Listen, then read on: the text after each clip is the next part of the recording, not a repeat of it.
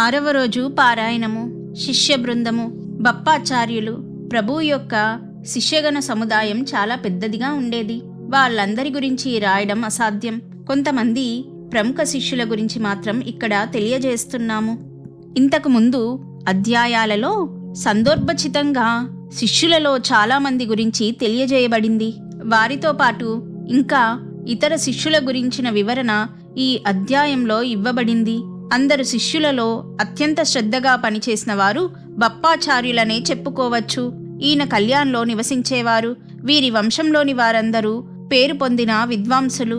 వీరి తండ్రి కళ్యాణ్లో ఆబాచార్యులనే పేరుతో అత్యంత కీర్తి గడించిన విద్వాన్ బ్రాహ్మణులై ఆ కాలంలో ప్రజలకు పూజనీయులుగా ఉండేవారు. ఆబాచార్యులు ప్రభువుపై అత్యంత భక్తితో ఉండి పుత్ర ప్రేమను చూపించేవారు. ప్రభువు వద్ద ఉన్న మహత్తర సామర్థ్యం ఆయనకు తెలుసు. తాము ఉపాసన చేసే శ్రీ వెంకటేశుడు ప్రభువులో ఉన్నారనే అనుభవం ఆయనకు కలిగింది. అందుకని ప్రభువుకు సమవయస్కులైన తన ఏకైక పుత్రుడు బప్పాచార్యుణ్ణి ఎల్లప్పుడూ ప్రభువు వద్ద ఉంచడానికి ఆజ్ఞాపించారు. అందుకని బప్పాచార్యుడు ప్రభు సన్నిధిలో ఎప్పుడూ ఉండేవారు. బప్పాచార్యులు 2 శాస్త్రాల అధ్యయనం చేసి వాటిలో ప్రావీణ్యులై ఉండిరి. ఎప్పుడూ నిస్వార్థంగా ఉండడం వల్ల ఆయనపై అందరికీ గౌరవం ఉండేది. దాదా మహారాజ్ మరియు తాత్యా మహారాజుల వారు దేహం విడిచిన తర్వాత సంస్థానం యొక్క పూర్తి కార్యభారము బప్పాచార్యులు వహించి దానిని ఆయన అత్యంత చాతుర్యంతో నడిపించి కీర్తి తెచ్చారు. ప్రభు సన్నిధిలో ఉండే అత్యంత విశ్వాసపాత్రులైన శిష్యులలో ఈయన అగ్రగణ్యుడు. ప్రభు సమాధి తర్వాత అత్యంత సంకట పరిస్థితుల వల్ల సంస్థానంలో కలిగే సమస్యలను బుద్ధి కుశలతతో తప్పించి పరిస్థితులను చెక్కదిద్దారనడంలో ఎలాంటి సంశయమూ లేదు. ఈయనలాగే ఈయన కొడుకు అత్యంత విద్వాంసులైనారు.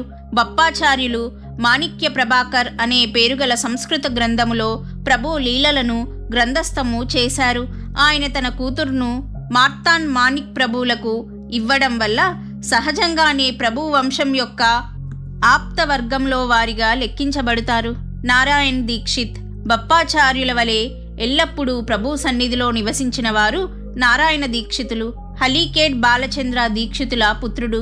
బాలచంద్ర దీక్షితులకు సంబంధించిన విషయాలు ఇంతకు ముందు భాగంలో చెప్పడం జరిగింది. ప్రభు ప్రేమకు ఆకర్షితులై ప్రభు సన్నిధి తీయదనం తనకు లభించడం వల్ల తండ్రి ప్రభు సేవ చేయడానికి ఆజ్ఞాపించారు. నారప్ప దీక్షిత్ ప్రభు సన్నిధిలో ఉన్నప్పుడు అక్కడ బాలచంద్ర దీక్షితుల అంత్యకాలం సమీపించిన సమయంలో పుత్రుని స్మరణకు ముందు ప్రభు యొక్క స్మరణ కలిగింది. ప్రభు అంతర్జ్ఞానంతో ఇది తెలుసుకొని నారప్పకు వెంటనే హలీకేడ్కు వెళ్లాల్సిందిగా ఆజ్ఞాపించారు.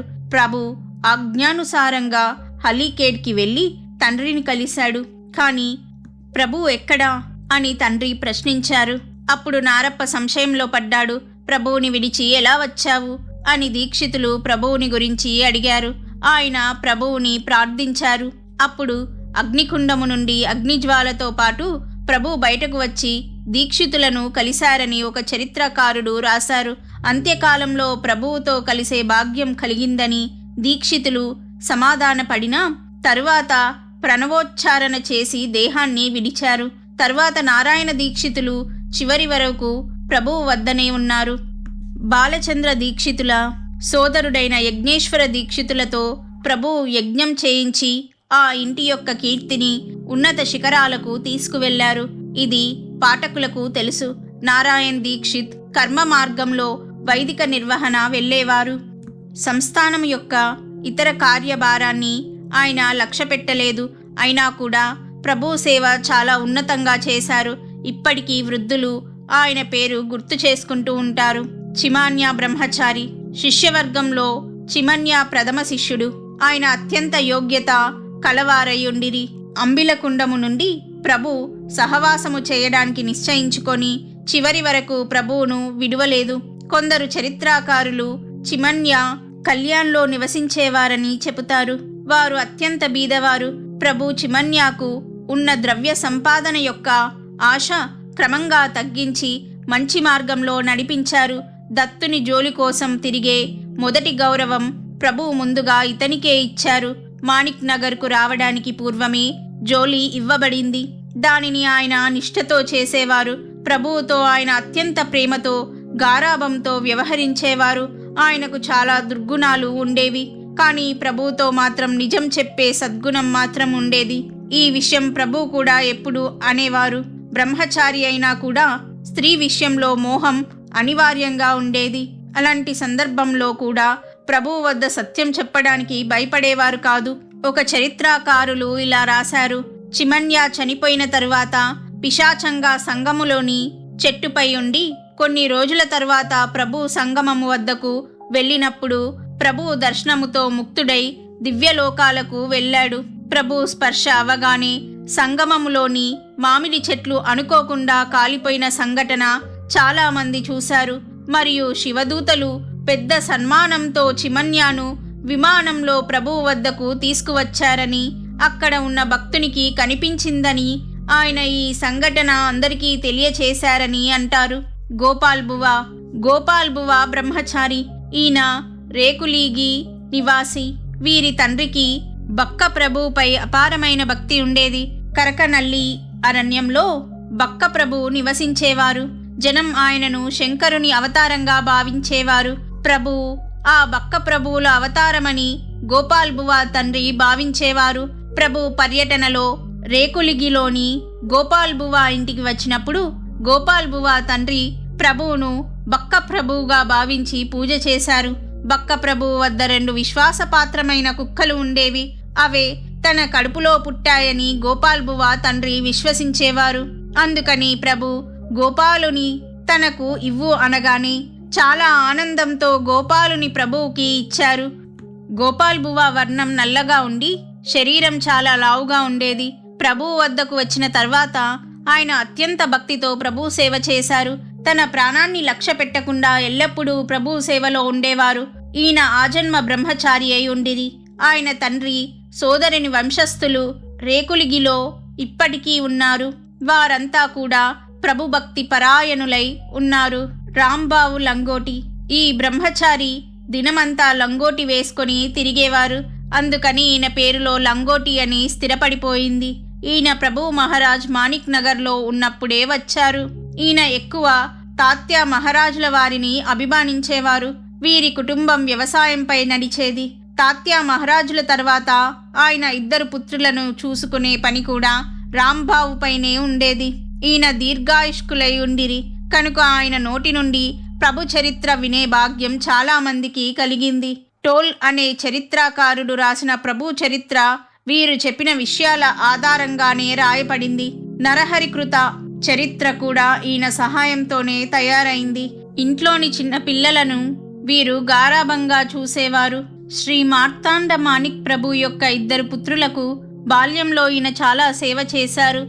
చాలా వరకు చిన్నపిల్లలందరినీ వీరే చూశారనడంలో ఏ సంశయమూ లేదు. ఇంట్లోని చిన్న పిల్లలందరికీ లంగోటి రామ కావలసి వచ్చేది. మాణిక్ నగర్కి వచ్చే గోసావి బైరాగులను పరామర్శ చేసేవారు. వాళ్లకు కావలసిన సౌకర్యాలు కలిగించేవారు. ప్రభు చరిత్రలో ఎన్నో కథలు ఈ రచయితకు వారి నుండే తెలిసాయి. ఆయన ప్రభు వంశంలోని పిల్లల బాగోగులు చూస్తూ ప్రభు సేవలో జీవితం గడిపి చివరికి ఇక్కడే తన పవిత్ర దేహాన్ని విడిచారు. దయాల్ దాస్ అనే ఒక శ్రీమంతుడైన వ్యాపారి ఉండిరి. మద్రాస్లో ఈయనకు పెద్ద వ్యాపారం ఉండేది. ఈయన బాటియా జాతీయుడు. బాటే జాతీయుల స్వభావానికి అనుగుణంగా పెద్ద వ్యాపారం చేసి చాలా ధనం సంపాదించి ఉండెను. వృద్ధాప్యంలో కొంతకాలం తీర్థాటన చేసిన తరువాత ప్రభు కీర్తి విని ప్రభు దర్శనానికి మాణిక్ నగర్కు వచ్చాడు. ఇక్కడకు వచ్చిన తర్వాత ప్రభువు యొక్క లీలలు చూసి విస్మయం చెందాడు. ప్రభువులో సాక్షాత్ ఈశ్వరుడే ఉన్నారని నమ్మాడు. కానీ తనకు రామరూపం కనిపించాలని ఆయన ప్రభువుకి విన్నవించుకున్నాడు. ప్రభువు అప్పుడు ఇలా చెప్పారు: బాబా, రాముని రూపం కనిపించడం చాలా కష్టం. ఆయనను చూడాలనుకుంటే మన సర్వస్వాన్ని విడిచిపెట్టాల్సి వస్తుంది. నీ వంటి ధనం వెంటపడే మనుష్యులు ఈ దేవధర్మం వెంట పడకపోతేనే మంచిది. ఇది చాలా చెడ్డది అని చెప్పినా వినకపోతే ఇంటికి వెళ్ళి భార్యా పిల్లల ఆలోచన ఏమిటో తెలుసుకోమని చెప్పి పంపించారు. అలాగే ఆయన వెళ్ళి ప్రాపంచిక వ్యవహారాలను పుత్రులకు అప్పగించి భార్యని తీసుకొని వచ్చి ఇక్కడ ఉండిపోయారు. ఆయన దృఢ నిశ్చయం చూసి ప్రభు ఆయనకు రామరూపంలో కనిపించి ఆయన జన్మ పావనం చేశారు. అప్పుడు సంతృప్తి నిండిన మనస్సుతో ప్రభు పూజ చేసి ప్రభు కూర్చున్న గాది కింద 1,20,000 రూపాయలు ఉంచారని అంటారు. తర్వాత ఆయన ప్రభు సంస్థానములో ఖజానాను సంరక్షించే ఖజీందార్ అయ్యారు. తన వద్ద ఉన్న సర్వస్వం ఖర్చు చేసి ప్రభు క్షేత్రంలో దేహం విడిచారు. ఆయన భార్య కూడా బతికినంతకాలం సంస్థానంలో ఉండి ప్రభు సేవ చేశారు. ఈ సాత్వికమైన మనసు కల ఈమెను మూల మరాఠీ గ్రంథ రచయిత కూడా చూశారు. ప్రభు వంశంలోని వారిపై వీరికి చాలా ప్రేమ ఉండేది. గిరిరావు చౌదరి మాణిక్ నగర్లోని గృహాల నిర్మాణ పనిని గిరిరావు చూసేవారు. ప్రభువాడ ఆశ్రిత జనం కోసం తయారు చేసిన చిన్న చిన్న గృహాలు ఈయన ఆధ్వర్యంలోనే కట్టబడ్డాయి. గిరిరావు కళ్యాణ్కి చెందిన వారై అక్కడ నివసిస్తూ చౌదరి వృత్తి చేసేవారు. ప్రభు ఈయనకు సమవయస్కులై ఉండడం వల్ల ప్రభు సామర్థ్యమును అనుభవంతో తెలుసుకున్నారు.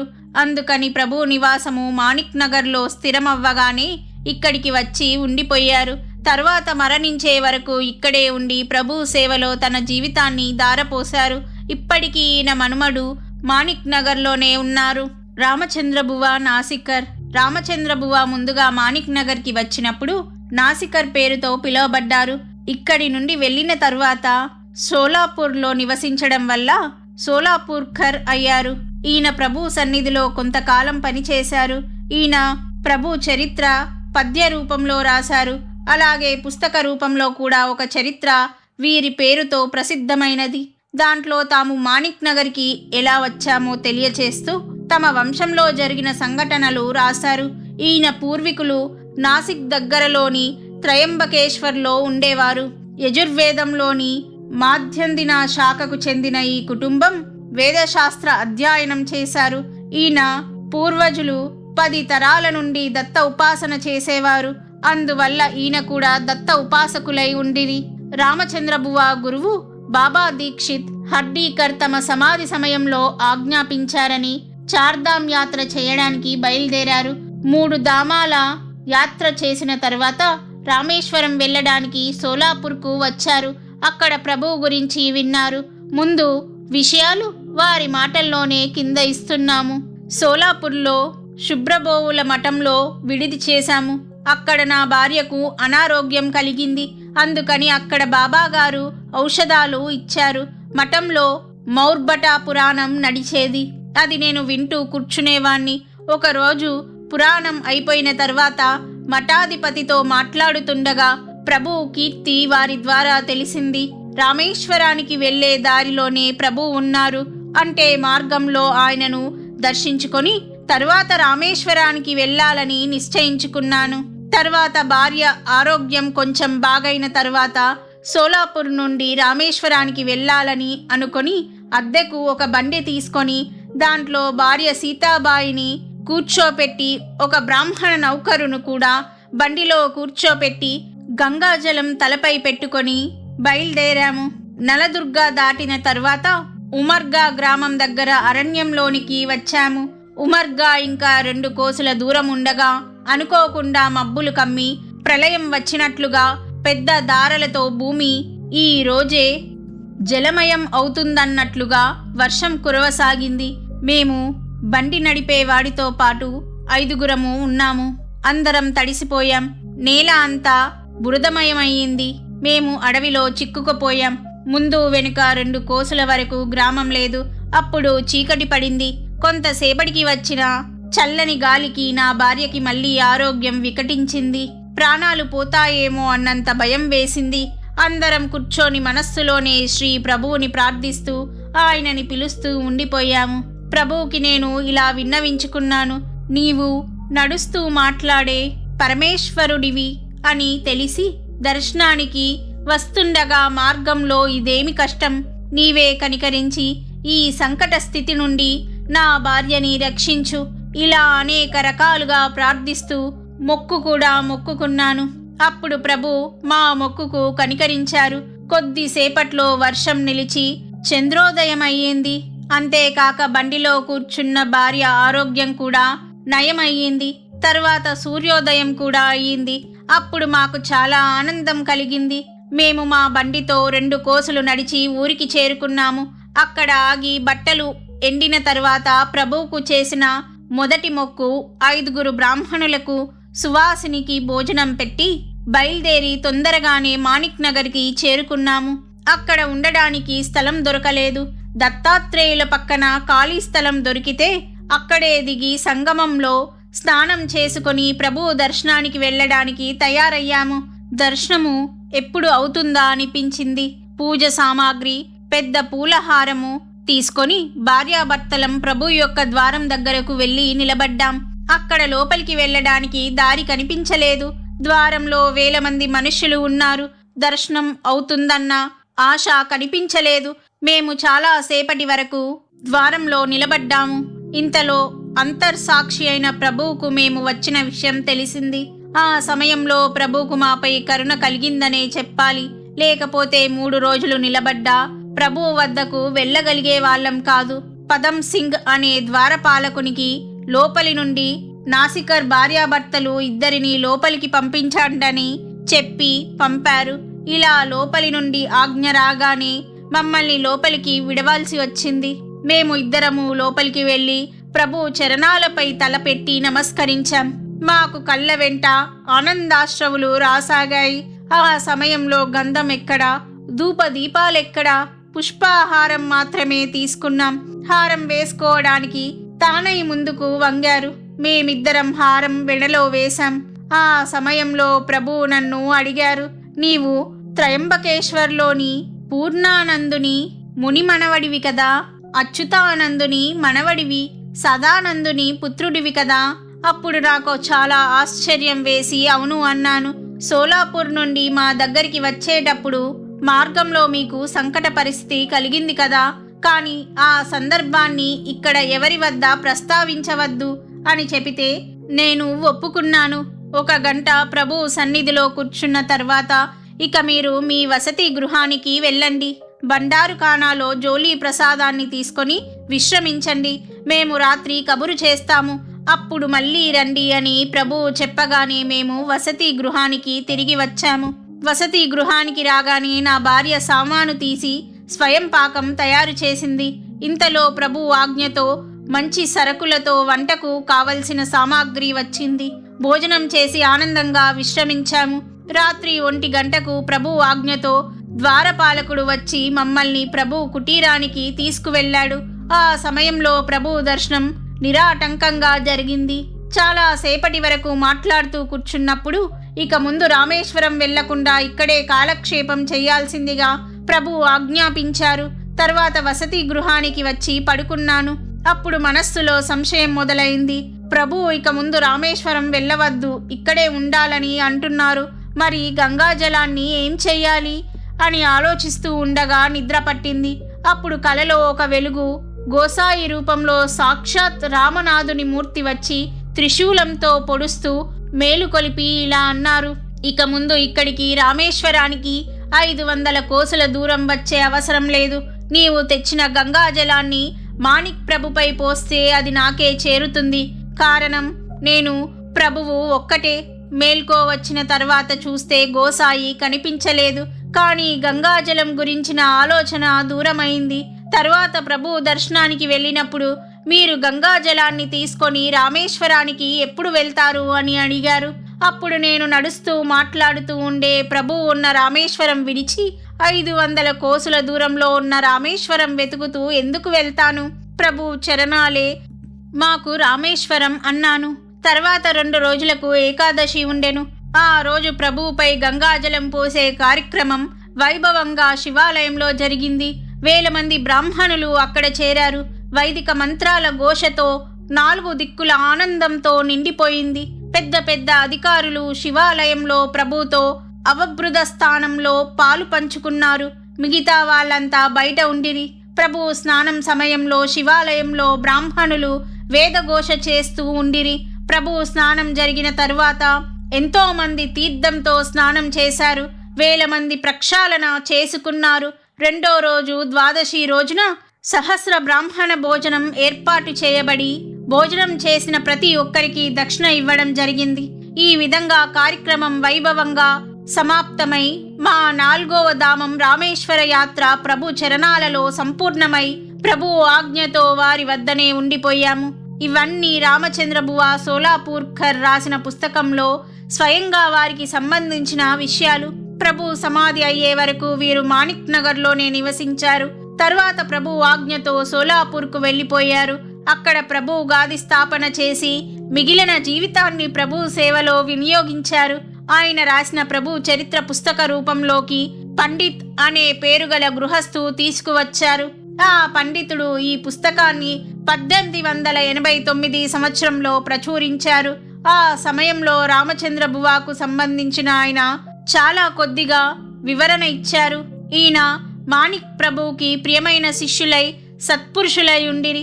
ఈయన వయస్సు 85 సంవత్సరాలైన ఇంద్రియాలు 25 సంవత్సరాల తరుణ వయస్సులో ఉన్నట్లుగా ఉండిరి. వీరు ఉత్తమ కవితలు రాసేవారు. ఇప్పటి వరకు పద్య రూపంలో 3-4 గ్రంథాలు, పద్యాలు, అభంగాలు, పాటలు, శ్లోకాలు, అష్టకాలు వేల సంఖ్యలో రాశారు. లక్ష్మీ నరసింహ శాస్త్రి ప్రభు భక్తిలో మమేకమైన ఈ శాస్త్రి ఆంధ్ర ప్రాంతంలో నివసించేవారు. ప్రభు యొక్క కీర్తి మహారాష్ట్ర, కర్ణాటకలోనే కాక ఆంధ్రాలో కూడా వ్యాపించింది. లక్ష్మీ నరసింహ శాస్త్రి ప్రభు కీర్తి విని మాణిక్ నగర్కి వెళ్ళి ప్రభు దర్శనం అయిన తర్వాత ఈయన వ్యవహారంలో మార్పు కలిగి ప్రియమైన భక్తులు అయ్యారు. అప్పటి నుండి ఆయన జీవనం ప్రభు చింతనలో నిమగ్నమై ఐహిక వ్యవహారంతో పారమార్థికతను సంపాదించారు. ఆంధ్రాలో వీరు ప్రభు సాంప్రదాయాన్ని ప్రచారం చేశారు. ఆయన శిష్యవర్గం పెరిగింది.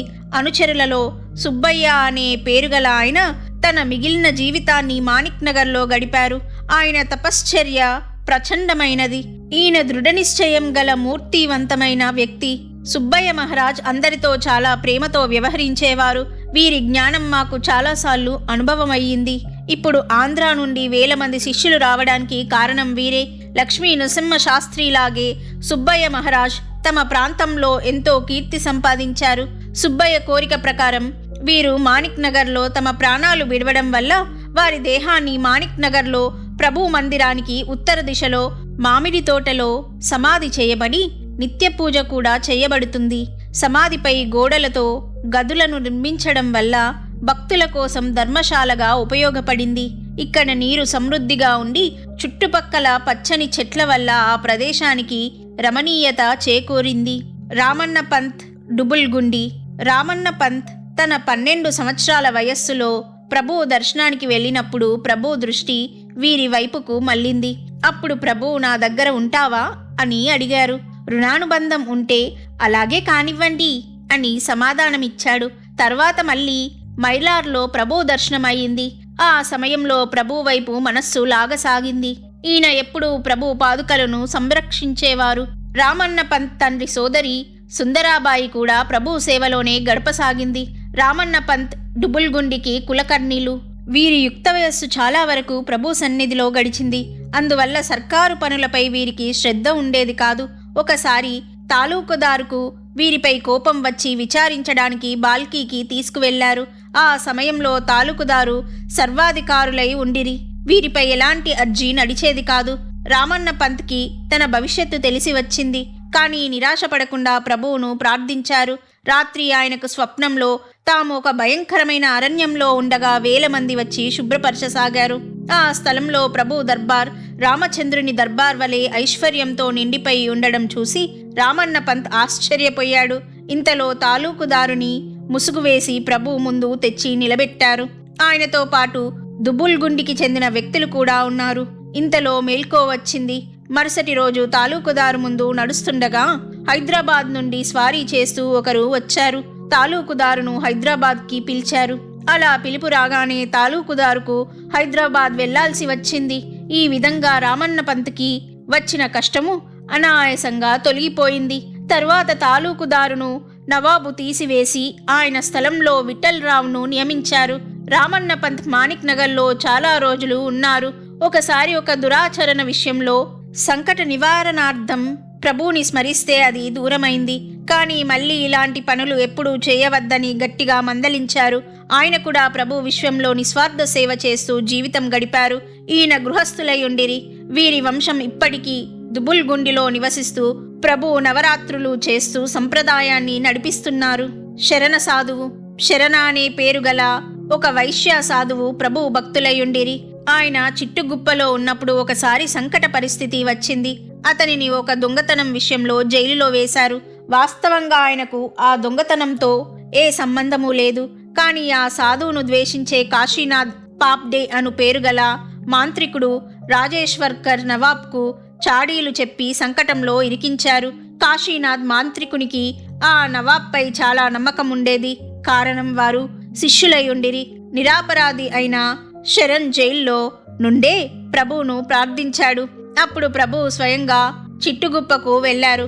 మాణిక్ నగర్లో నివసిస్తున్నప్పుడు ఈ ఘటన జరిగిందని కొందరు అంటారు. ఇంకొందరు మాణిక్ నగర్ రావడానికి పూర్వం ప్రభు కొద్ది కాలం అక్కడ ఉన్నప్పుడు ఈ ఘటన జరిగింది అంటారు. మాణిక్ నగర్లో నివాసం ఏర్పరచుకున్న తర్వాత ప్రభు ఎక్కడికి వెళ్ళలేదు అని చాలా మంది అనేవారు. ప్రభు చిట్టగుప్పకు స్వయంగా వెళ్లి రామమందిరంలో దిగి నవాబుకు కబురు పంపించారు. శరణు నిరపరాధి, అందుకని ఆయనను విడిచిపెట్టమని చెప్పారు. నవాబుకు మాంత్రికునితో ముందే విషయం చెడ్డగా తెలియడం వల్ల ప్రభు చెప్పిన దానిని నిర్లక్ష్యం చేశారు. శరణును విడిపించకుండా అక్కడి నుండి కదలకూడదని ప్రభు ఆలోచన. అందుకని అక్కడ ప్రభు 3 రోజులు బస చేశారు. రాత్రి నవాబుకు స్వప్నంలో శరణుని విడిపించవలసిందిగా ఆజ్ఞ అయింది. ఆ ఆజ్ఞ ప్రకారంగా తాలూకుదారికి ఆయన హుకాం జారీ చేశారు. కానీ ఆ రోజు శరణుని విడవలేదు. ఇక్కడ నవాబుకి మళ్ళీ స్వప్నంలో ఒక సాధువు కర్రతో కొడుతూ ఆయనని పడవేశారు. వెంటనే నవాబు భయపడి మహమ్మద్ అనే తాలూకుదారుకు వెంటనే కబురు చేసి శరణ్ సాధుని విడిపించవలసిందిగా ఆజ్ఞాపించారు. అప్పుడు తాలూకుదారు స్వయంగా చిడుగుప్పకు వచ్చి శరణును విడిచిపెట్టారు. మరియు ఆ మాంత్రికునికి ముసుగు వేసి బేడీలు వేసి ఆయనను హైదరాబాద్ పంపించారు. శరణు సాధువుకు వచ్చిన సంకట పరిస్థితిని ఈ విధంగా దూరం చేసి ప్రభు అఖండేశ్వరానికి వెళ్లారు. రామకృష్ణ పంత్ తహసీల్దార్. రామకృష్ణ పంత్ తండ్రి శ్యామారావు. ఈయన మంగళగి మొదలైన గ్రామాల షేక్దార్గా ఉండిరి. వీరు ప్రభువుపై చాలా భక్తితో ఉండేవారు. ప్రభు ఒకసారి మంగళగి తోటలో కూర్చొని ఉన్నప్పుడు శ్యామరావు కొడుకు రామకృష్ణ పంత్ తండ్రితో పాటు ప్రభు దర్శనం చేసుకున్నాడు. అప్పుడు చిన్నవారిగా ఉండిరి. ప్రభుతో పాటు ఎప్పుడు వేల సట్కాలు, యోగ దండములు ఉండేవి. ఆ సమయంలో అవి ముందు బస చేసే హలీకేడ్కు రవాణా అయ్యారు. అప్పుడు రామకృష్ణ పంత్ ప్రభువుని ఒక సటకా ఇవ్వవలసిందిగా అడిగారు. తమ ఇంట్లో సర్వ అరిష్టాలు నివారించుటకు భక్తులు ప్రభువు వద్ద సటకా అడిగి తీసుకొని ఎప్పుడూ తమ పూజలో పెట్టుకునేవారు. పిల్లవాడు సటకా అడిగాడని శ్యామరావు రామకృష్ణ పంత్ను కోపగించసాగారు. కానీ ప్రభువు కరుణించి పిల్లవానిని పక్కకు తీసుకొని వెళ్ళి జామ చెట్టు కొమ్మ తీసుకొని సటకా చేయించి ఇచ్చారు. ఆ సటకా ఇప్పటికీ రామకృష్ణ పంత్ వాళ్ళ వంశీకులు పూజలో పెట్టి ఉండడం వల్ల వారి వంశాభివృద్ధి జరిగింది. ఈ సటకాకు నిత్య పూజ జరగడం వల్ల రామకృష్ణ పంత్కు ఉన్న విద్యా అర్హతతో ఒక చిన్న ఉద్యోగం దొరికింది. ఈయన తర్వాత తహసీల్దార్గా కూడా అయ్యారు. హసానాబాద్ నారాయణఖేడ్కు నానామియా అనే ముసల్మాన్ తాలూకుదారుగా ఉండిరి. ఆయన వద్ద ముందుగా 15 రూపాయలకు ఉద్యోగం లభించింది. ఉద్యోగానికి వెళ్లే ముందు రామకృష్ణ పంత్ ప్రభు దర్శనానికి వచ్చారు. ప్రభు ప్రసాదం ఇచ్చేటప్పుడు ఖచ్చితంగా ఇలా చెప్పారు: ఎవరికీ అపకారం చేయకుండా ఎప్పుడూ మన శక్తి వంచన లేకుండా ఉపకారం చేస్తూ ఉండు. బాలా, నీకు ముందు పెద్ద ఉద్యోగం దొరుకుతుంది. ఎవరికీ చెడు మాత్రం చెయ్యకు. ఈ ప్రభు వాక్యాలు జీవితాంతం వారి స్మృతిలో ఉండేవి. వృద్ధుడై పని చేయడానికి చేతకానంత వరకు చాలా చోట్ల తహసీల్దార్గా పనిచేశారు. వీరి పనికి నవాబు సంతోషించి ఆయన పుత్రునికి కూడా తహసీల్దారుగా పని ఇచ్చారు. ఈయన వంశీయులు ఇప్పుడు చిట్టుగుప్పలో ఉంటున్నారు. విఠలరావు తేర్పల్లి చాలా సామాన్య స్థితి నుండి తాలూకుదారై చివరి వరకు ప్రభు సేవ భక్తితో చేసిన వారిలో ఇంకొక విఠలరావు ఈయన మారుపేరు తేర్పల్లి. ఈయన తండ్రి దోండో పంత్. ఈయన అహ్మద్ నగర్కి చెందినవారు. కానీ నౌకరీ కోసం నవాబ్పేట్ జాగిరీదార్ వద్దకు వచ్చి ఉన్నారు. తేర్పల్లికి చెందిన కన్యతో దోండో పంత్కి వివాహం జరగడం వల్ల ఆయన ఇక్కడికి వచ్చారు. అప్పటి నుండి ఆయనకు తేర్పల్లి మారుపేరు అయ్యింది. దోండో పంత్కు 2 కుమారులు. ఒకరు విఠలరావు, ఇంకొకరు గోవిందరావు. ఇద్దరూ ఉద్యోగం కోసం హైదరాబాద్ వెళ్లారు. మహమ్మద్ మియా ఇలాకాలో అహ్మద్ సాహెబ్ తాలూకుదారు కచేరీలో విఠలరావుకు ఉద్యోగం దొరికింది. తర్వాత సర్కార్లో ఉద్యోగం దొరికింది. కానీ విఠలరావుకు ప్రభువుపై భక్తి ఉండడం వల్ల విషయం ప్రభువుకు చెప్పారు. ఉన్న సగం రొట్టెను విడిచిపెట్టకు, దాంట్లోనే దత్తాత్రేయుడు యశస్సు కలిగిస్తారు అని ప్రభువు చెప్పారు. ప్రభు ఆజ్ఞ ప్రకారంగా సర్కార్లో వచ్చిన నౌకరీ విడవకుండా పూర్వం చేసిన ప్రదేశంలోనే ఉండిపోయారు. ఆయనకు ముందుగా 30 రూపాయల జీతం లభించేది. తర్వాత ఆయన సమర్థత తెలిసి రుకుముద్దీన్ ఖాన్ తన మద్దతుదారునిగా చేసుకున్నారు. ఆ సమయంలో ఆయన జీతం 100 రూపాయలతో పాటు మేన కూడా ఇచ్చారు. ఈయన తాలూకుదారుగా 25 సంవత్సరాలు పనిచేశారు. ఈయన ప్రభువు భక్తులలో అగ్రగణ్యులైరి. వీరు మరణించే వరకు ఐశ్వర్యవంతులై ఉండి చివరికి ప్రభువులో లీనమయ్యారు. మాణిక్ నగర్కు ప్రతి సంవత్సరం వచ్చి 1000 రూపాయలు దాన ధర్మాలు చేసేవారు. తన హయాంలో దత్త జయంతి పౌర్ణిమ యొక్క పూర్తి ఖర్చు స్వయంగా వారే చేసేవారు. ఇహలోకంలో ఐశ్వర్యం పొంది ప్రభువు కృపతో ఉత్తమ లోకగతులై తన జన్మను సార్థకం చేసుకున్నారు. రావ్జీ బువా గోపాల్ రావ్జీ అనే యువకుడైన బ్రహ్మచారి ప్రభు సన్నిధికి వచ్చారు. ఇంతకు ముందు ఇక్కడ నివసించేవారో ఎవ్వరికీ తెలియదు. కోల్వాపూర్ ప్రాంతంలోని ఒక గ్రామానికి చెందిన వారని అనుకుంటాం. ప్రభు దర్శనానికి గోపాల్ రావ్జీ వచ్చారు. వీరి పేరు చివరిలో రావ్జీ అని పేరు ఉండడం వల్ల అది వారి ఇంటి పేరు అయి ఉండవచ్చని అందరూ ఆయనను రావ్జీ బువా అనేవారు. రావ్జీ బువా యొక్క బుద్ధి కౌశల్యం చూసి ప్రభువు ఆయనకు సమర్థ రామదాసు విరచిత దాసబోధలోని కొన్ని ప్రకరణలు అర్థయుక్తంగా చెప్పారు. రావ్జీ బువాకు దాసబోధ మనస్సుకు నచ్చి చివరి వరకు ఆ గ్రంథ పరిశీలన చేస్తూ ఉండిపోయారు. ముంబైలో ఉద్యోగం చేస్తున్న రఘునాథరావు నాయక్ అనే పేరుగల ఒక గృహస్థు ప్రభు గురించి విని మాణిక్ నగర్కు వచ్చారు. ప్రభు దర్శనం అయిన తర్వాత ప్రభు చరణాల వైపు మనస్సులాగి ప్రభు భక్తులయ్యారు. అక్కడ ఇంజనీరుగా మొదట రఘునాథ్ బువాకి 15 రూపాయల జీతం దొరికేది. కానీ ప్రభు కృపతో వారి పనిలో నైపుణ్యం పెరిగి లక్షల రూపాయలు సంపాదించి ప్రభు సేవ చేశారు. ఒకసారి ఒక చోట భవంతి నిర్మించడానికి పునాదులు తీసి పని జరుగుతున్నప్పుడు ఒక చిన్న దత్తుని మూర్తి దొరికింది. దానిని ప్రభు వద్దకు తెచ్చి ఇచ్చారు. ప్రభు ఆ మూర్తిని తొడ మీద కూర్చోపెట్టుకొని పేడా తినిపించారని ఆ వంశంలోని వారు చెబుతారు. ఈ మూర్తి ఇప్పటికీ రఘునాథ్ రావ్జీ వంశంలోని వారు పూజలో ఉంది. ఈ ఇంటివారు ఇప్పుడు ముంబైలో ఇతర ఆప్తుల సహాయంతో ప్రభు కార్యం సేవా తత్పరతతో చేస్తారు. ప్రభు ఆజ్ఞ ప్రకారంగా రావ్జీ బువాను ముంబాయికి తీసుకొని వెళ్లారు. రావ్జీ బువా ముంబాయిలో మరణించే వరకు ఆయన ఇంట్లోనే ఉండేవారు. అక్కడ ఆయన కీర్తి సంపాదించి తమ శిష్య వర్గాన్ని ప్రభు సంప్రదాయంలో విలీనం చేశారు. రావ్జీ బువా రాసిన వీలునామా ఆధారంగా మాణిక్రావు ముల్కావ్కర్ గారి ఇంట్లో ప్రతి సంవత్సరం ప్రభు జయంతి ఉత్సవం ముంబైలో జరుగుతుంది. రావ్జీ బువా వల్ల ప్రభు యొక్క సాంప్రదాయం ముంబైలో ప్రథమంగా గుర్తింపు వచ్చి ఇప్పటి వరకు దినదినాభివృద్ధి చెందుతూ వచ్చింది.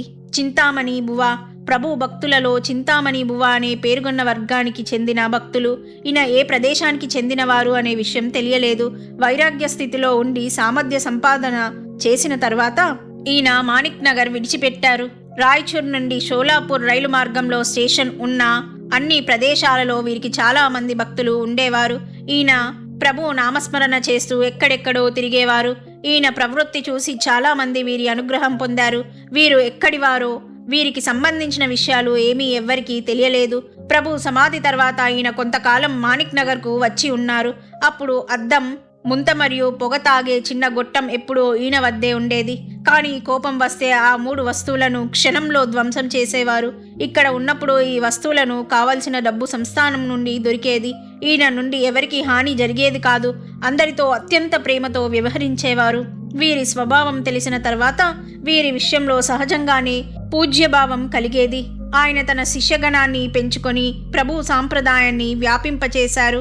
సంత్రామ్ దాదా గవండి చింతామణి బువ్వలాగే బయట తిరుగుతూ శిష్యగణాన్ని వృద్ధి చేయడంలో సంత్రామ్ దాదా అత్యంత మహత్తరమైన పని చేశారు. వీరి గురించి తెలిసినదేమిటంటే ప్రభు సమాధి తర్వాత సమాధి దేవాలయం కట్టే పని మొదలైనప్పుడు ఆ పని చేయడానికి సంత్రామ్ నియమించబడ్డాడు. దేవాలయం పనిచేసి నాగోబా నాయక్ అనే ఆయనను సంత్రామ్ తీసుకొని వచ్చారు. సంత్రామ్కి జీతం ప్రతి నెల 16 నుండి 17 రూపాయలు ఉండెను. సంత్రామ్ మరియు నాగోబా నాయక్ దగ్గరి బంధువులై ఉండిరి. సంత్రామ్ పుత్రుడు కూడా ఆ సమయంలో ఇదే పనిలో ఉండెను. దేవాలయ పని నిమిత్తం సంత్రామ్ మాణిక్ నగర్ వచ్చారని అందరికీ తెలిసెను. అంతకుముందు ప్రభువు దర్శనం ఎప్పుడు అయిందో, అనుగ్రహం ఎప్పుడు కలిగిందో వివరాలు తెలియలేదు.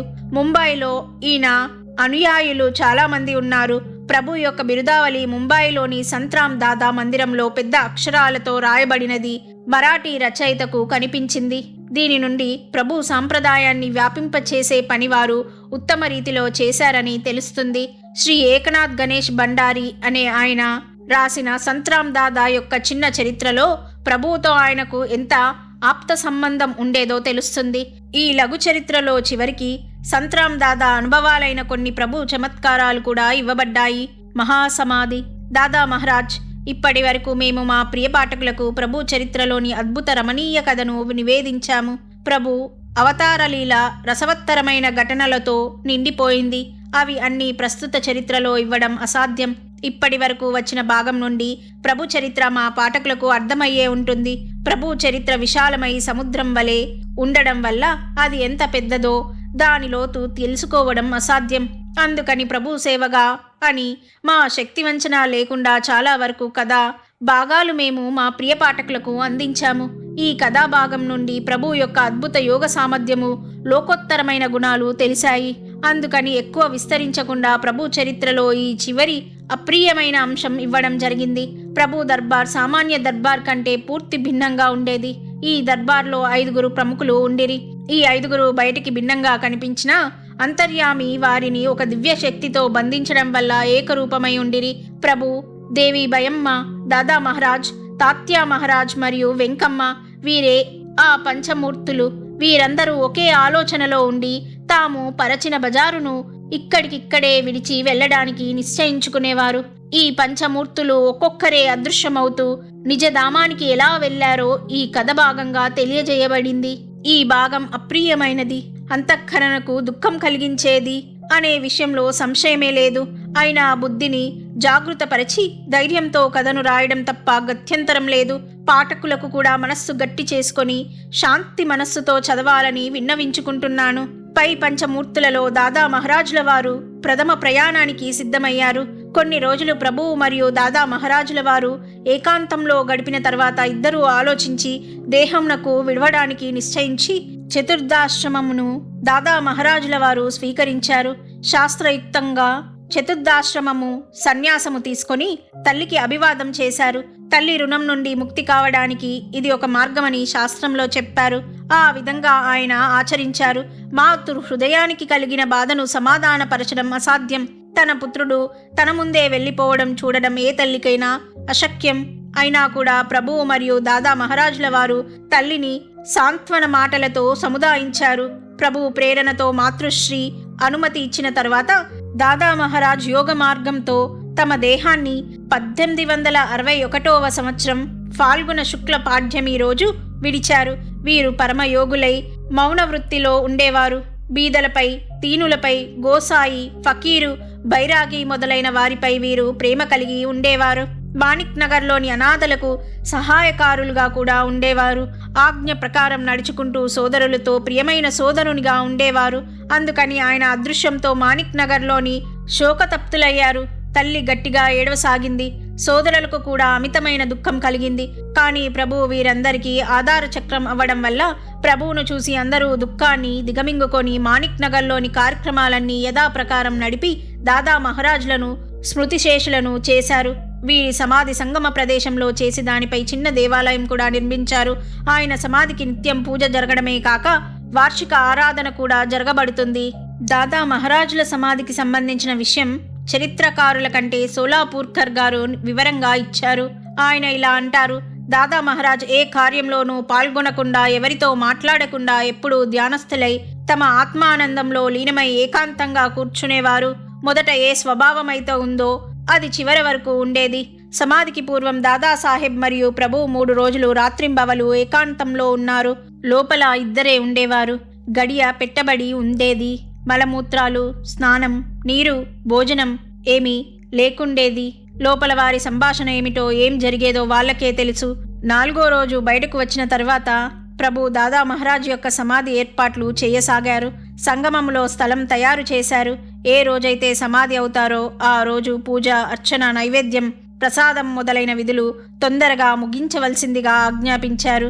దాదాసాహెబ్ యొక్క సమాధి అయ్యే సమయం దగ్గర పడినప్పుడు ప్రభు అమ్మకు మరియు తాత్యా సాహెబ్కు తెలియచేశారు. అప్పుడు మాతృశ్రీకి చాలా బాధ అనిపించింది. అది చూసి దాదాసాహెబ్ మాతృశ్రీని తన వద్ద కొంత సమయం ఏకాంతంలో కూర్చోపెట్టుకొని సమాధానపరిచారు. ప్రభువు కూడా మాతృశ్రీ మరియు తాత్యా సాహెబ్ను సమాధానపరిచి భ్రాంతి నుండి దూరం చేశారు. తర్వాత బ్రాహ్మణులు వేదఘోష చేస్తుండగా సంతుల, సాధువుల, బైరాగుల గలం గట్టిగా భవనమంతా వినిపిస్తుండగా అందరి సమక్షంలో మాతృశ్రీ మరియు ప్రభు సన్నిధానంలో దాదాసాహెబ్ యొక్క ప్రాణజ్యోతి బ్రహ్మరంధ్రం నుండి వెడలి పంచభూతాలలో లీనమైంది. తర్వాత అన్ని విధి ప్రకారం జరిగి ధర్మశాస్త్ర రీతిలో ప్రభు మహారాజ్ 1000 రూపాయల దాన ధర్మాలు చేశారు. టోల్ అనే ఆయన హనుమంతరావు దాదా హఠయోగం ప్రకారం దేహాన్ని విడిచారు అనే విషయాన్ని మాత్రమే రాశారు. బయమ్మ దేవి బయమ్మ గొప్ప గుణం వర్ణించడం అశక్యం. ఎవరైతే అసామాన్య దివ్య పురుషునికి జన్మ ఇచ్చారో ఆమె గొప్పతనం ఎలా వర్ణించగలం? బయమ్మ లౌకిక వ్యవహారంలో అమాయకురాలై చాలా మృదు స్వభావం కలిగి ఉండేవారు. తాత్యా మహారాజులపై బయమ్మకు చాలా ప్రేమ ఉండేది. ఆయన 2 పుత్రులపై మరియు పెద్ద కుమారుడిపై బయమ్మకు అనిర్వచనీయమైన ప్రేమ ఉండి కోడలైన విఠాబాయి అమ్మను కూడా కూతురిలా చూసుకొని కుటుంబ సభ్యుల ప్రేమను సంపాదించారు. తాత్యా మహారాజ్ అందరి వలె ద్రవ్య సంపాదన చేయాలని బయమ్మకు అనిపించేది. ప్రభువుకు నిత్యం 1000 రూపాయలు వచ్చేవి. అలాగే బంగారు నగలు కూడా వచ్చేవి. ఒక మంచి నాణ్యమైన చంద్రహారం ఎవరో ప్రభువు మెడలో వేశారు. అది తన ఆధీనంలో ఉండాలని బయమ్మకు అనిపించి తన వద్ద ఉంచుకుంది. తాత్యా పిల్లలకు ఉపయోగపడతాయని నగలు సమకూర్చాలని ఆ తల్లికి కోరికగా ఉండేది. కానీ ప్రభు ఎలాంటివి కూడబెట్టనిచ్చేవారు కాదు. ఏదైనా కారణంతో కూడబెట్టిన ద్రవ్యాన్ని, నగలను ప్రభు తీసుకునేవారు. అలా ఎప్పుడూ జరిగేది. పై చంద్రహారం చాలా రోజులు బయమ్మ వద్దనే ఉన్నది. అందుకని ఆమెకు తృప్తిగా ఉండేది. ఒకరోజు ఆమె కడుపు నొప్పితో బాధపడసాగింది. ఎన్ని మందులు తీసుకున్నా తగ్గలేదు. చివరికి ప్రభువుకు విషయం తెలిసింది. అమ్మ దగ్గరికి వచ్చి కడుపు నొప్పి విషయం అడుగుతూ మెల్లగా ఇలా అన్నారు: అమ్మా, ఆ చంద్రహారం దత్తునికి ఇచ్చివేయి, లేకపోతే ఈ కడుపు నొప్పి తగ్గేటట్లు కనిపించడం లేదు. అప్పుడు బయమ్మ, తీసుకో బాబా, తాత్యా పిల్ల కోసం తీసిపెట్టాను, నేను తీసుకొని ఏం చేస్తాను అంటూ చంద్రహారాన్ని ప్రభువుకు ఇవ్వగానే కడుపు నొప్పి తగ్గింది. ప్రభువుపై అమ్మకు అనిర్వచనీయమైన ప్రేమ ఉండేది. వారి కోసం ఫలహారం నిత్యం తయారు చేసేది. అది చాలా ప్రేమతో తినేవారు.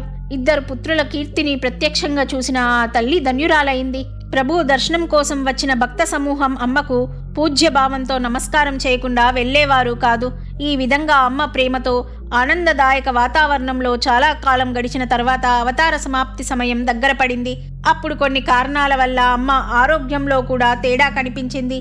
ప్రభువు రాత్రింబవలు అమ్మ దగ్గర కూర్చొని సమాధానపరిచారు.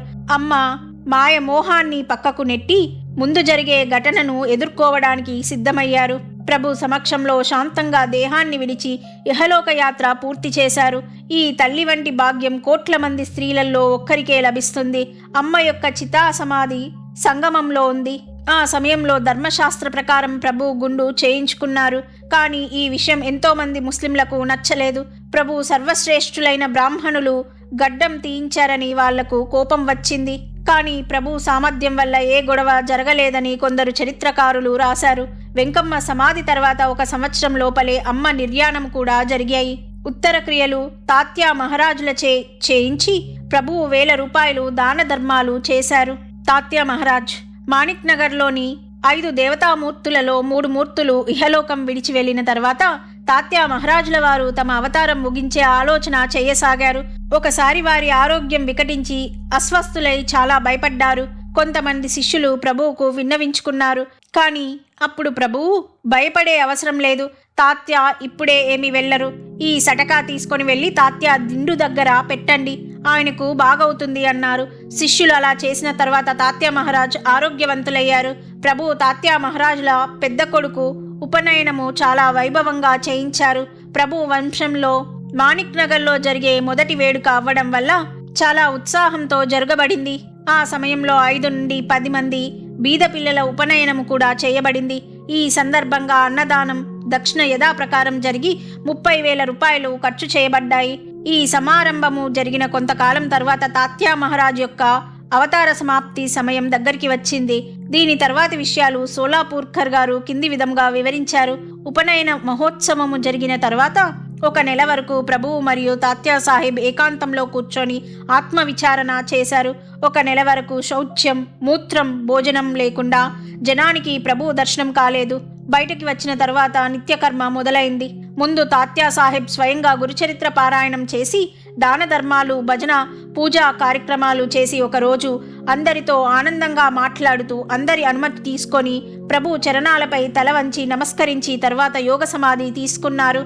అప్పుడు భక్త కార్య మహామంత్రం అన్ని వైపులా వినిపిస్తుండగా తాళాలు, మృదంగ, శంఖనాదాలతో, భజనలతో వేల మంది జాతరలా నడుస్తుండగా పెద్ద ఉత్సవంలాగా తాత్యా సాహెబ్ యొక్క సమాధి పూర్తయింది. స్వయంగా ప్రభు తన కనిష్ట బంధువు చివరి విధి కోసం సమాధి వద్దకు వచ్చి చివరి వరకు ఉన్నారు. జ్యేష్ఠపుత్రులైన మనోహర ప్రభు గారితో విధి అంతా ధర్మశాస్త్రానుసారంగా చేయించి 1000 రూపాయలు దాన ధర్మాలు చేసి తాత్యా సాహెబ్ యొక్క పేరు ప్రభువు తనతో పాటు అజరామరం చేశారు. తాత్యా సాహెబ్ కోసం రోధించని మనిషి అక్కడ లేడు. ప్రభువాడ, హుమానాబాద్తో పాటు సర్వ నిజాం సర్కార్లోని వారు తాత్యా సాహెబ్ కోసం రోధిస్తూ ఉదాసీనులయ్యారు. పై వివరణలో సమాధి అంటే ప్రాణోత్క్రమణ సమయంలో యోగ సాధనతో నిర్యాణము అయ్యారని తెలుస్తుంది. తాత్యా సాహెబ్ గృహస్థ ఆశ్రమంలో ఉండిరి. అందుకని వారికి సర్వ సంస్కారాలతో అంత్యవిధి జరిగింది. వీరి అస్థికల సమాధి సంగమంలో మాతృశ్రీ సన్నిధిలో ఉన్నది. తాత్యా మహారాజ్ ప్రభు సమక్షంలో ధిరోదాత్తతతో దేహ విసర్జన చేశారని వృద్ధులు అంటారు. చివరి వరకు ప్రభు వారికి ధైర్యం చెప్తూ వచ్చారు. చూడు తాత్యా, చలించకుండా ధైర్యం తెచ్చుకో అంటూ మస్తక భేదం అయ్యే వరకు ప్రభు ఇలా అంటూనే ఉన్నారని చాలా మంది అంటారు. ఈ విషయంలో టోల్ అనే ఆయన ఇలా రాశారు. ఆ రోజు ప్రభు రాంబావు లంగోటితో ఇలా అన్నారు: రామా, తాత్యా ఈరోజు వెళ్తానంటున్నాడు, చూద్దాం, ఇప్పుడే ముక్తినిద్దాం అంటూ తాత్యా వద్దకు వెళ్ళి కాలు బొటనవేలు ఒత్తి పట్టుకొని పంచప్రాణాలు నాభి వద్దకు వచ్చేట్లు చేసి ముక్తినిచ్చారని రాంబావ్ లంగోటి గారు చెప్పినట్లుగా టోల్ అనే చరిత్రకారులు రాశారు. రాంబావ్ లంగోటి ఎప్పుడు తాత్యా మహారాజ్ యొక్క సేవలో ఉండేవారు. అందువల్ల పై విషయం పూర్తి సత్యమైనది. తాత్యా మహారాజుల వారు ధైర్యంతో ఇహలోకం విడిచారనడంలో ఎలాంటి సందేహం లేదు. ఆ సమయంలో ఆయన యుక్త వయస్సులో ఉండేవారు. వయస్సులో ఉన్న పత్ని, 3 చిన్న పిల్లలను వదిలి నిర్భయంగా దేహయాత్రను ముగించారు. వీరి నిర్యాణ సంవత్సరం 1862. వెంకమ్మ ఈ పరమయోగిని గురించి ఇంతకుముందు చాలాసార్లు వచ్చింది. మాణిక్ నగర్లో వెంకమ్మ అందరికీ పూజనీయురాయిలై ఉండేది. అందరికీ ఆమెపై ప్రేమ ఉండేది.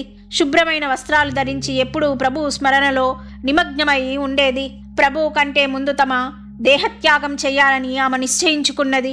కాళ్లకు గజ్జెలు కట్టుకున్నట్లుగా అహోరాత్రులు ప్రభు భజనలో గడిపిన తర్వాత ఒకరోజు వెంకమ్మ నిశ్చేష్టురాలై పడిపోయింది. ఈమె కోమటి అని ఇంతకు ముందు తెలియజేయడం జరిగింది. కోమటి వారు ధర్మానుసారంగా కోమటి మహిళలు ప్రేతయాత్రకు ఏర్పాట్లు ప్రారంభించారు. వెంకమ్మ దేహత్యాగం చేసింది అని అనుకొని శవం ఎత్తడానికి ప్రయత్నించసాగారు. అప్పుడు ఆమె నోటి నుండి ఓంకార ధ్వని వెలువడింది. ఇది చూసి అందరూ ఆశ్చర్యపడుతూ ప్రభు వద్దకు వచ్చి విషయం చెప్పారు. ప్రభు సర్వజ్ఞులైనందువల్ల ఆమె అంతఃకరణను తెలుసుకొని ఇలా అన్నారు: ఆమె మనస్సులో బ్రాహ్మణులే సమాధి చెయ్యాలని ఉంది, మరెవ్వరూ ఆమెను తాకకండి. ఈ విధంగా ప్రభు ఆజ్ఞానుసారం బ్రాహ్మణులు వెంకమ్మకు స్నానం చేయించి పసుపు కుంకుమ నొసట రాసి కొత్త చీర జాకెటు వేసి ఒడి నింపి మారుతి దేవాలయానికి దగ్గరలోని మైదానంలోనికి తీసుకువెళ్లి పెద్ద ఉత్సవంగా ఆమె సమాధి విధిని నిర్వహించారు. బ్రాహ్మణుల చేతి స్పర్శ తగలగానే ఓంకారనాదం వినిపించడం ఆగిపోయింది. మిగతా సంస్కారాలు వెంకమ్మ దేహానికి యథావిధిగా జరిగాయి. ఈ ప్రసంగాన్ని రామచంద్రబువ ఇలా రాశారు: వెంకమ్మ కోసం సేవకులు బ్రాహ్మణ సంఘం తరపు నుండి సుశోభితమైన విమానం కట్టి తయారు చేశారు. తర్వాత నేను మరియు బప్పాచార్యులు స్నానం చేయించి శుభ్రమైన కొత్త వస్త్రాలు కట్టించి పూర్తి శరీరానికి బన్మం రాసి నొసటికి గంధం రాసి అక్షంతలు వేసి మెడలో రుద్రాక్షమాల వేశాము. అప్పుడు వెంకమ్మ ఇంకోసారి లేచి ప్రభువుకు విఠాబాయికి నమస్కరించి పద్మాసనం వేసుకొని కూర్చొని సమాధిలోకి వెళ్ళింది. అప్పుడు అవధూత చింతన అంటూ ఒకే ధ్వని వినిపిస్తూ వాద్యాలు మ్రోగసాగాయి. విమానం తీసుకెళ్లడానికి తయారు చేసిన వాహనాన్ని లేపడానికి 8 మంది బ్రాహ్మణ సేవకులు పట్టగా 4 వైపుల నుండి ఖర్జూర పళ్ళు, కొబ్బరి గిటకలు, పోకలు, బత్తాసులు, గులాల్ బుక్క, తులసి పువ్వులు, ఎంతో మంది రూపాయలను వెడజల్లసాగారు. 1000 మంది సాధువులు, బైరాగులు భజన చేస్తూ ముందు నడుస్తుండగా అరబ్, రోహలే, పరదేశీ మొదలైన వారి తుపాకీ కాల్పులతో పొగలాగా మబ్బు నిండిపోయింది. ఇలా ఊరేగింపులాగా వెంకమ్మ యొక్క విమానం తేహెల్దాసు తల్లి సమాధి వద్దకు తెచ్చి దించారు. అక్కడ అరబ్, రోహలే మొదలైన ముస్లిం వాళ్ళు ముందుకు వచ్చి చేతిలో ఉన్న తుపాకులు కింద పెట్టి వెంకమ్మకు సంతాపం ప్రకటించారు. ఈ రోజు మా సోదరి మమ్మల్ని విడిచి దేవుడి వద్దకు వెళ్ళింది అంటూ ముస్లింలు అశ్రునివాళి అర్పించారు. దగ్గరలోని 6 కోసుల వరకు చిన్న గ్రామాల ప్రజలు వెంకమ్మ సమాధి యాత్రకు వచ్చారు. తర్వాత స్వయంగా ప్రభు మహారాజుల వారు వచ్చి వెంకమ్మకు యథాప్రకారం పూజ, ఆరతి మా చేతులతో చేయించి విమానం నుండి భూమిపై సమాధి స్థలంలో కూర్చోపెట్టారు. ఈ సమయంలో దత్తనామం వినిపించసాగింది.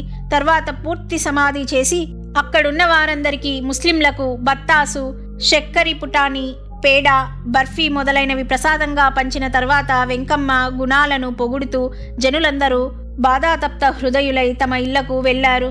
సోలాపూర్కర్ గారు ఇంకా ఇలా అన్నారు: వెంకమ్మ సామాన్యురాలు కాదు, ఆమె సిద్ధయోగిని, కేవలం పార్వతీదేవి అవతారం అయి ఉండెను.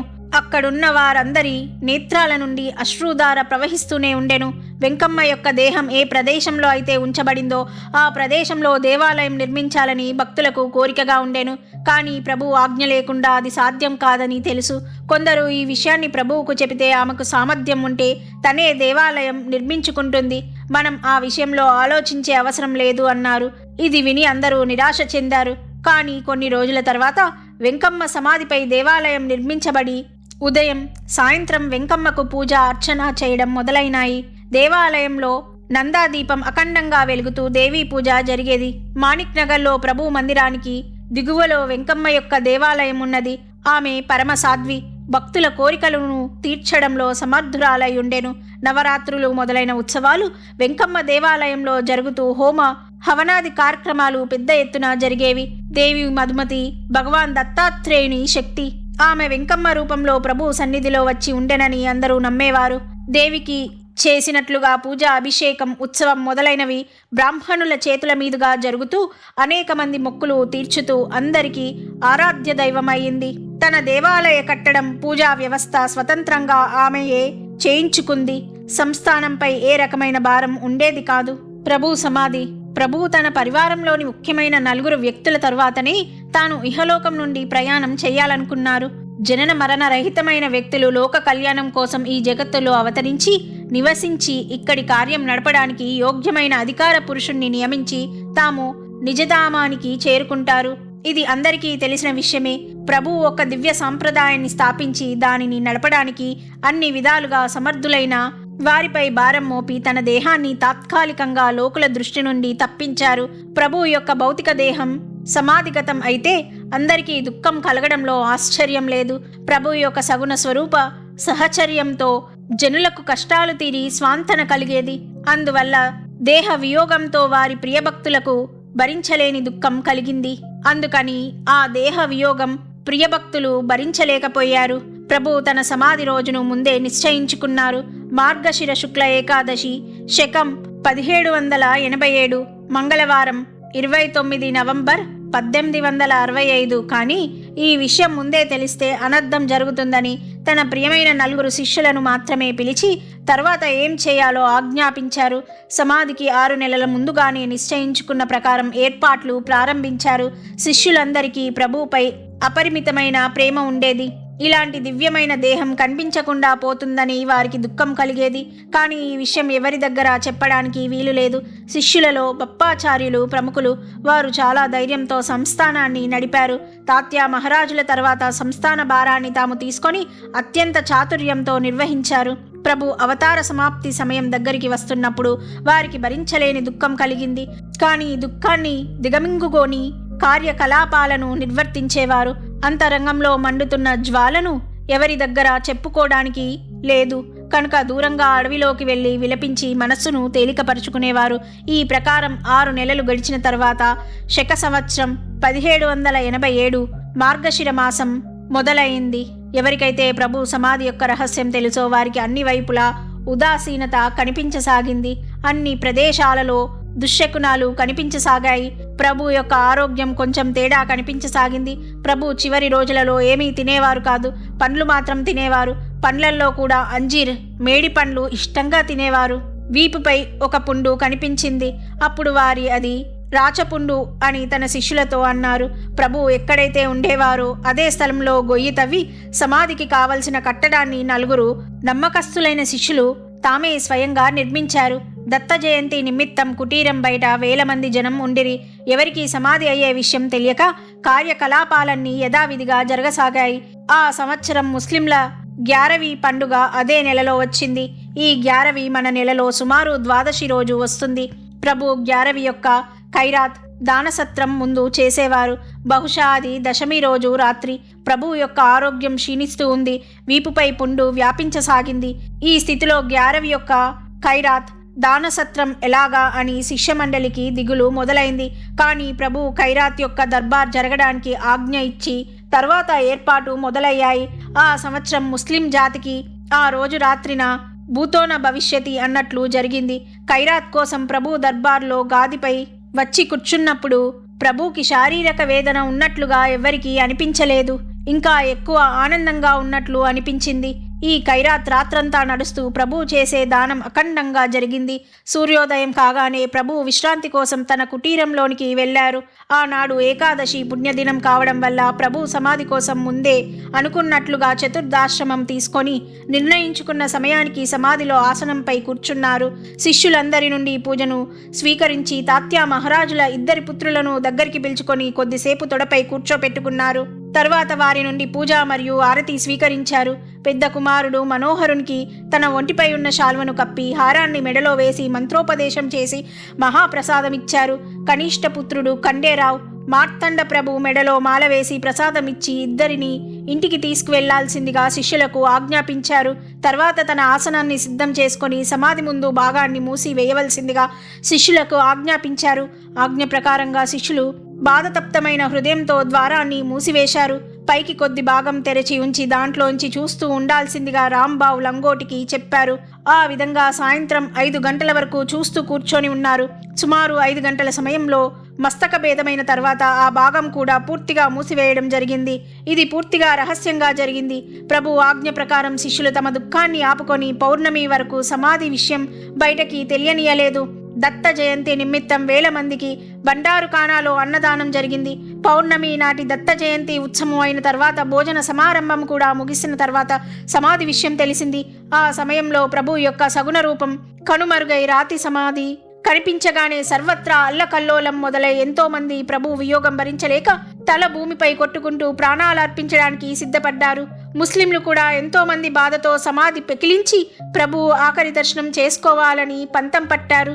హిందూ, ముస్లిం, సిక్, లింగాయత్ మొదలైన అనేక ధర్మాల వారికి ప్రభుపై అమితమైన భక్తి ఉండడం వల్ల ప్రభువు వియోగం బాధ కలిగింది. ఆ సమయంలో కలిగిన దుఃఖాన్ని వర్ణించశక్యం కాదు. కొందరి చరిత్రకారులు ఆ సందర్భాన్ని ఇలా వివరించారు. కొంతమంది భక్తులు తమ దేహత్యాగం చేయడానికి కూడా వెనుకాడలేదు. ముస్లిం భక్తులను కూడా సముదాయించడం కష్టమైంది. అయినా బప్పాచార్యులు మొదలైన శిష్యులు అందరినీ సమాధానపరిచి జరిగే అనార్థాన్ని ఆపగలిగారు.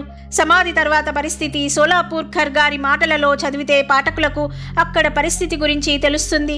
ఆ విధంగా 3 రోజులు చాలా దుఃఖంలో మరియు నిశ్శబ్ద స్థితిలో గడిచిన తర్వాత చతుర్దశి రోజు దత్తగాది పీఠం వద్ద దత్తాత్రేయుని జన్మోత్సవం జరుగుతున్నప్పుడు ప్రభువు బయటికి రాలేదని అందరూ మాట్లాడుకుంటుండగా విషయం తెలిసి మరుసటి రోజు బండారు ఎలాగో జరిగింది. అప్పటి వరకు జనం సహనం వహించారు. కానీ ఆ రోజు సాయంత్రం విషయం తెలిసి నగరంలో హాహాకారాలు మొదలై ద్వారం వద్ద గుంపుగా వేల మంది దర్శనం కోసం ఒకరిపై ఒకరు పడుతూ తోసుకుంటూ ముందుకు వచ్చిన వారికి ప్రభువు కనిపించకుండా సమాధి కనిపించింది. ఏమి చెప్పాలి? జనంలో దుఃఖ సముద్రం ఎగసిపడింది. ఎంతో మంది ప్రభువు ప్రభువు అంటూ తలను నేలకు కొట్టుకుంటూ ఛాతిని కొట్టుకుంటూ ఎంతో మంది కడుపులో శూలాలను గుచ్చుకున్నారు. ఈ విధంగా హాహాకారాలు చుట్టుముట్టాయి. ముస్లిం, అరబ్, రోహలే మొదలైన వారు ఆత్మహత్య చేసుకున్నారు. ఎంతో మంది బావిలో దూకి విషం తీసుకొని ఆత్మహత్య చేసుకున్నారు. వేల మంది అరబ్, రోహిల్లేలు సమాధి ముందు తమ ఆయుధాలను ఉంచి ప్రాణాలు అర్పించారు. కొందరు ప్రభువును సమాధి తెరిచి చూస్తామని పట్టుబట్టారు. అప్పుడు హిందూ, ముస్లింల మధ్య వివాదం వచ్చింది. పెద్ద పెద్ద సర్కారీ వాళ్ళు వచ్చి ఈ పరిస్థితిని యుక్తితో సమాధానపరిచారు. ప్రభువు కోసం మొగలాయి ప్రాంతం 15 రోజులు దుఃఖసాగరంలో ఉండిపోయింది. ప్రభువు వాడలోని వారి మరియు ప్రభువుకి కావలసిన వారి శోకం వర్ణించడం ఎవరితరం కాలేదు. ఈ విషయాన్ని టోల్ ఇలా రాశారు. ప్రభు నిజధామానికి చేరుకున్నారు. ఈ వార్త పౌర్ణమి మరుసటి రోజు ప్రాతకాల సమయంలో తెలియగానే హాహాకారాలు మిన్నంటాయి. ప్రభువు లేని ఆ రోజు విహ్వలులై జనం ఆక్రోశిస్తూ ప్రభు సమాధి వద్దకు రాసాగారు. నిజానంద స్థితులైన ఆ ప్రభు స్థానంలో అమితమైన జనం నిండడం వల్ల ఏం చేసినా శాంతం ఆపలేకపోయారు. వేల మంది స్త్రీ పురుషులకు తమ జీవితం తృణప్రాయంగా కనిపించసాగింది. ఎవరిని గుర్తుపట్టలేకపోయారు. ఆ ఆక్రందనలు దశ దిశలా వ్యాపించాయి. దాంట్లో కొందరు తలను భూమికి కొట్టుకొని మోక్షాన్ని పొందారు. కొందరు ఆ స్థలాన్ని చూసి శరీరాన్ని వదిలివేశారు. ప్రభువు జడ పదార్థంగా కనిపించే నశ్వర దేహంపై జనానికి అమితమైన ఆసక్తి ఉండడం వల్ల పూర్తి సమాజం శోకతప్తులయ్యారు. ఆ సగుణ స్వరూపంపై జనం ప్రేమ కనపరచడానికి కారణం తెలిసినదే. తన అవతార సమయంలో ప్రభువు వేల మంది జీవుల దుఃఖహరణ చేసి సుఖమందించారు. వారు దీన దయాలువు, మనస్సు కోమలమై ఉండి, ఔదార్యంలో కర్ణుణ్ణి మించిన వారై ఉండిరి. అత్యంత సమర్థులై ఉండి, సంపూర్ణ ఐశ్వర్యం వారి పాదాల వద్ద ఉన్న విరక్తులై ఉండిరి. వ్యవహార కుశలత పరాకాష్ఠతో లోక కళ్యాణం కోసం దీక్షబద్ధులై ఉండిరి. ఆయన స్వరూపంలో, మాటలలో, నడవడిలో అత్యంత మాధుర్యం ఉండడం వల్ల సర్వ మతాల వారిని తన సహజమైన ప్రేమ ఆకర్షణతో తన వైపుకు తిప్పుకున్నారు. జ్ఞానులైన వారు వారి జ్ఞాన స్వరూపాన్ని ఆకర్షితులై ఉండవచ్చు, కానీ సామాన్య జనం ఆయన సగుణ రూపానికి ఆకర్షితులవ్వడం వల్ల ఆ రూపం కనుమరుగవ్వగానే జన సమూహమంతా శోకతప్తులవ్వడంలో ఆశ్చర్యమేముంది. ప్రభు యొక్క చరిత్ర వారి జన్మతో మొదలై ఇక్కడ సమాప్తమైంది. కానీ ప్రభు ప్రారంభించిన భక్తోద్ధరణ కార్యాలు, ఖాదీ మరియు సాంప్రదాయం ఇప్పుడు కూడా కొనసాగుతూ ఉండడం వల్ల ఆ రూపంలో ప్రభు దర్శనం చేసుకునే వాళ్లకు ప్రభు అస్తిత్వం అనుభవంలోకి వస్తుంది. వారి దివ్య సమాధి దర్శనం చేసుకునే వారికి ప్రభు తమ భక్త కార్య కల్పద్రుమ బ్రీదం యొక్క అర్థాన్ని సార్థకం చేస్తూ, కోరికలను తీరుస్తూ భక్తుల హృదయాలలో నిరంతరం వాసం చేస్తున్నారనే భావన దృఢమవుతుంది. అందువల్ల ఈ సమాప్తిలోనే ప్రభు కార్యోత్కర బీజరూపంలో నిండి ఉందని మేము నమ్ముతున్నాం. శ్రీ దత్తాత్రేయార్పణమస్తు. శ్రీ గురు మాణికార్పణమస్తు.